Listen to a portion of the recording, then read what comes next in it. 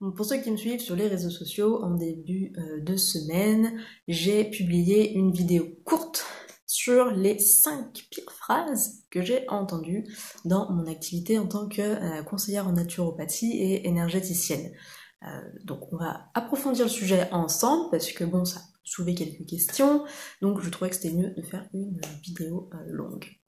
Et ça m'intéresserait beaucoup que vous partagiez en commentaire aussi, vous, vos pires phrases que vous avez entendues, surtout en fait si vous êtes dans le domaine du commerce ou tout ce qui est thérapie, les médecines alternatives, tout ça, parce que je suis sûre que ce que je vais vous partager aujourd'hui, en fait, vous l'avez déjà entendu. Donc première phrase, c'est trop cher. Donc là, c'est sûr, si vous êtes dans le commerce, c'est sûr que vous l'avez entendu. Avant, pour ceux qui me connaissaient pas, qui savent pas qui je travaillais dans l'hôtellerie-restauration, donc c'est une phrase que j'ai régulièrement entendue, peu importe que ce soit côté hôtelier ou côté restauration.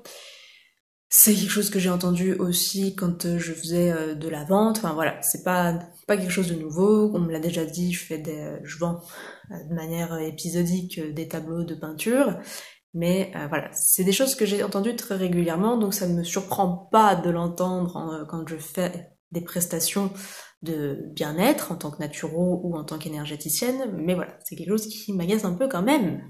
Et pourquoi ça m'agace? Parce que, selon mes croyances, vous avez le droit de pas être d'accord évidemment, mais rien n'est trop cher et tout est trop cher. Ça va dépendre en fait de vos priorités.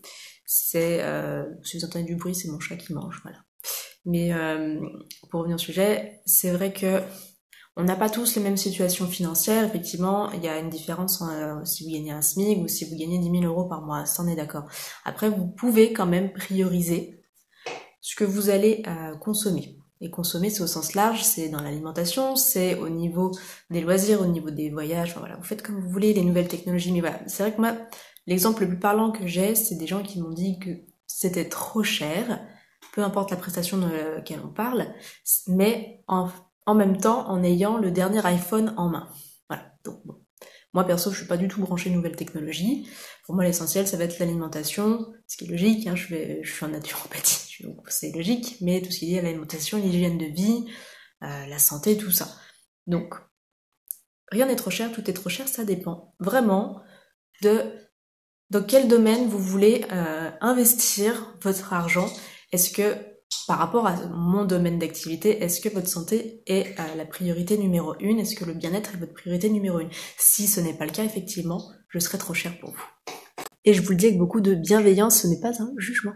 Donc ouais, juste définissez ce dans quoi vous voulez mettre votre argent, mais arrêtez de dire que c'est trop cher, dites plutôt ce n'est pas votre priorité, tout simplement.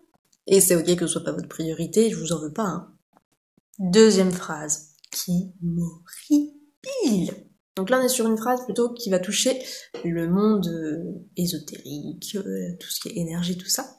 C'est tu as un don de Dieu, donc tu n'as pas à être rémunéré. Donc ce n'est pas parce qu'on a un don, entre guillemets un don surnaturel, qu'on ne devrait pas être rémunéré. Je sais pas d'où sort cette légende urbaine, même à certaines époques où il n'y avait pas forcément d'argent, où tout ne se faisait pas par transfert d'argent, on avait le troc, c'est-à-dire que on faisait, moi je l'ai pratiqué pour quelques personnes, qui se reconnaîtront d'ailleurs, c'est-à-dire que je fais la prestation d'énergie, de soins énergétiques, si la personne, j'accepte, et parce qu'elle a des problèmes financiers, tout ça, doit quand même fournir quelque chose en échange, c'est-à-dire que, suivant son métier, ça va être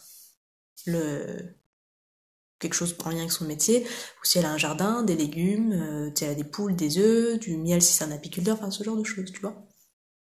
Et je t'arrête tout de suite, c'est pas la peine de me contacter pour me dire que t'as pas d'argent, que tu veux quand même un soin énergétique, ou un conseil en naturopathie, peu importe, mais que tu peux m'envoyer des légumes ou des œufs par colis, tout ça, je prendrai pas. C'est que des personnes que je connais depuis un certain moment. Et puis pour tous ceux qui vont dire aussi sur la santé que c'est dégueulasse de prendre de l'argent sur le dos de la santé, tout ça. Donc ça voudrait dire que les médecins aussi sont dégueulasses. Ça voudrait dire que les médecins n'auraient pas le droit non plus de gagner de l'argent. Parce que eux aussi travaillent avec la santé. C'est d'ailleurs les premiers à travailler avec la santé, et officiellement ce sont eux qui travaillent avec la santé. Et ils prennent des salaires quand même plus ou moins conséquents en fonction de leur spécialisation, tout ça. Et bon, ça c'est voilà, c'est ok. Moi de mon côté, j'ai pas de problème avec ça. Mais c'est pas pour autant que ce sont des personnes mauvaises, et pourtant ils se font de l'argent sur la santé, mais il faut bien qu'ils se rémunèrent. Donc pourquoi les thérapeutes de médecine alternative seraient d'horribles personnes de prendre de l'argent parce qu'on donne des conseils sur la santé en fonction de notre spécialité. Donc voilà, tout ça pour dire qu'on ne vit pas d'amour et d'eau fraîche, qu'on est comme tout le monde, on a besoin de payer nos factures, on a besoin de se nourrir, donc on a des formations comme moi en naturopathie, on a des capacités en lien avec les énergies, on les utilise et on se fait rémunérer. Troisième phrase, et non des moindres, vous allez même vous demander peut-être si c'est une blague, c'est quand on m'appelle pour me dire que c'est urgent. Bon allez, on est entre nous, mais quand c'est urgent, on appelle les médecins, on appelle le SAMU, on appelle les pompiers, on n'appelle pas son naturopathe ni son énergéticienne. Alors oui, si vous vous êtes brûlé, vous pouvez contacter votre coupeur de feu. Je reçois des demandes aussi comme ça pour me couper le feu, pour que je coupe le feu, en cas de brûlure, effectivement. Mais c'est pas la première urgence, c'est pas le premier réflexe que vous devez avoir, c'est toujours d'appeler quelqu'un du monde médical, s'il vous plaît.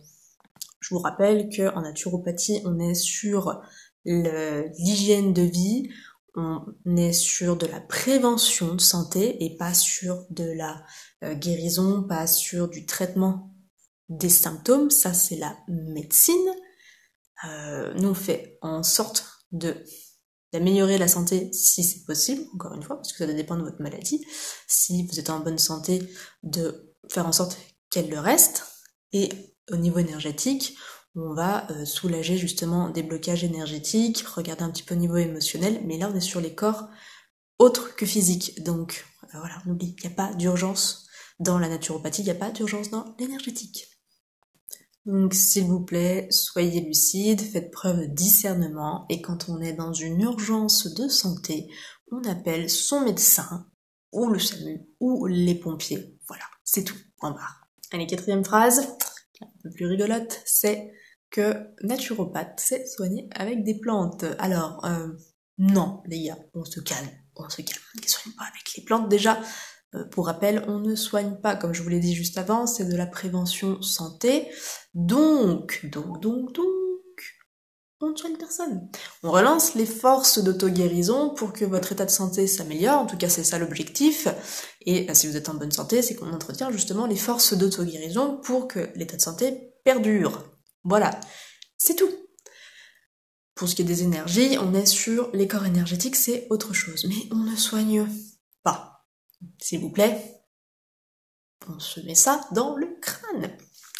Et pour l'histoire des plantes, en naturopathie, on n'a pas que des plantes, s'il vous plaît. La base, ça reste quand même ce qu'on appelle l'hygiène de vie.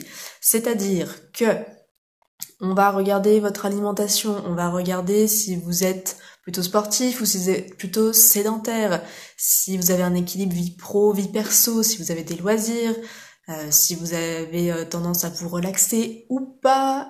Voilà, tout ça en fait, on va le regarder. Oui, des fois on peut utiliser les plantes, c'est sûr, on peut utiliser plein de compléments alimentaires comme le magnésium, le zinc, le cuivre, enfin plein de choses, le calcium, le mer, voilà, bref. On va pas faire tout un listing, mais l'idée c'est quand même déjà de reprendre plutôt la base, et la base ça reste toujours votre façon de vivre, ce qu'on appelle l'hygiène de vie. Donc on va remonter à la cause, tout ça. Augmenter votre vitalité, ça prend plus ou moins du temps en fonction des personnes, mais croire que la naturopathie c'est résoudre des problèmes de santé avec des plantes, c'est aussi ne pas vouloir être responsable de sa santé, parce que c'est ça en fait l'objectif derrière, c'est aussi d'éduquer à la santé, c'est-à-dire que si vous pensez que vous pouvez continuer à manger de la charcuterie 2 fois par jour, avec à côté du fromage, des fritures, du McDo, enfin pour pas citer de marque, tiens. Bref, une hygiène de vie, juste si on parle d'alimentation comme ça, et manger des chips toute la journée sur le canapé, en espérant avoir une amélioration de votre santé, c'est pas possible. Même si on vous donne des compléments alimentaires hyper performants, ça servira à rien. Donc, on commence par le commencement, et on s'aide effectivement de compléments alimentaires si nécessaire. Allez, la 5e et dernière phrase, et non des moindres, le fameux « j'ai un cancer ». Déjà, c'est mal barré quand on entend ça. Je veux arrêter la chimiothérapie et je voudrais des plantes pour me soigner. Alors, comment vous dire, mes petits gars, que on est sur une maladie lésionnelle, hein, c'est pas la seule d'ailleurs, qui est grave, qui nécessite un traitement médical poussé, que en tant que naturopathe, ce n'est pas de notre ressort. Voilà, on n'a pas à prendre cette responsabilité. C'est le domaine de la médecine conventionnelle, allopathique, là plus particulièrement de l'oncologie. Donc nous voilà, on va pas, désolé, mais on va pas s'occuper de ça, c'est pas notre métier. Je pense que c'est vraiment important de comprendre que le naturopathe, il est là pour de la prévention et de l'éducation à la bonne santé. Ça s'arrête là, son job. Donc, le meilleur combo, à mon sens, c'est qu'un naturopathe et un médecin travaillent ensemble. Le médecin va travailler sur les symptômes, tout ça, bon ça c'est son métier. Et voilà. Nous, les naturaux, on est sur de la prévention. Donc chacun son métier, c'est très important de le comprendre et arrêter de les mettre en opposition, s'il vous plaît. Voilà, c'est mon avis. Donc voilà, tout ça pour dire qu'en fait, chacun son métier et que, au risque de vous décevoir, ce n'est pas au naturopathe de vous accompagner dans les maladies graves, même si, effectivement, dans un monde idéal, on pourrait tout faire avec de l'hygiène de vie, on pourrait tout prendre en charge avec les plantes, tout le tralala. Mais si déjà la médecine conventionnelle, la médecine allopathique n'y arrive pas forcément, voilà, on peut pas... chaque chose a ses limites et ça s'arrête là. Bon écoutez, j'espère que la vidéo vous a plu, ça m'a permis d'un peu approfondir la vidéo que je vous avais faite, la vidéo courte que je vous avais faite en milieu de semaine. Dites-moi en commentaire ce que vous en retenez, si vous avez déjà vécu ce genre de situation en tant que naturopathe, thérapeute ou commerçant, hein, suivant les cas de figure, les choses qui vous ont surprises, les choses, même les phrases qui ont pu vous choquer.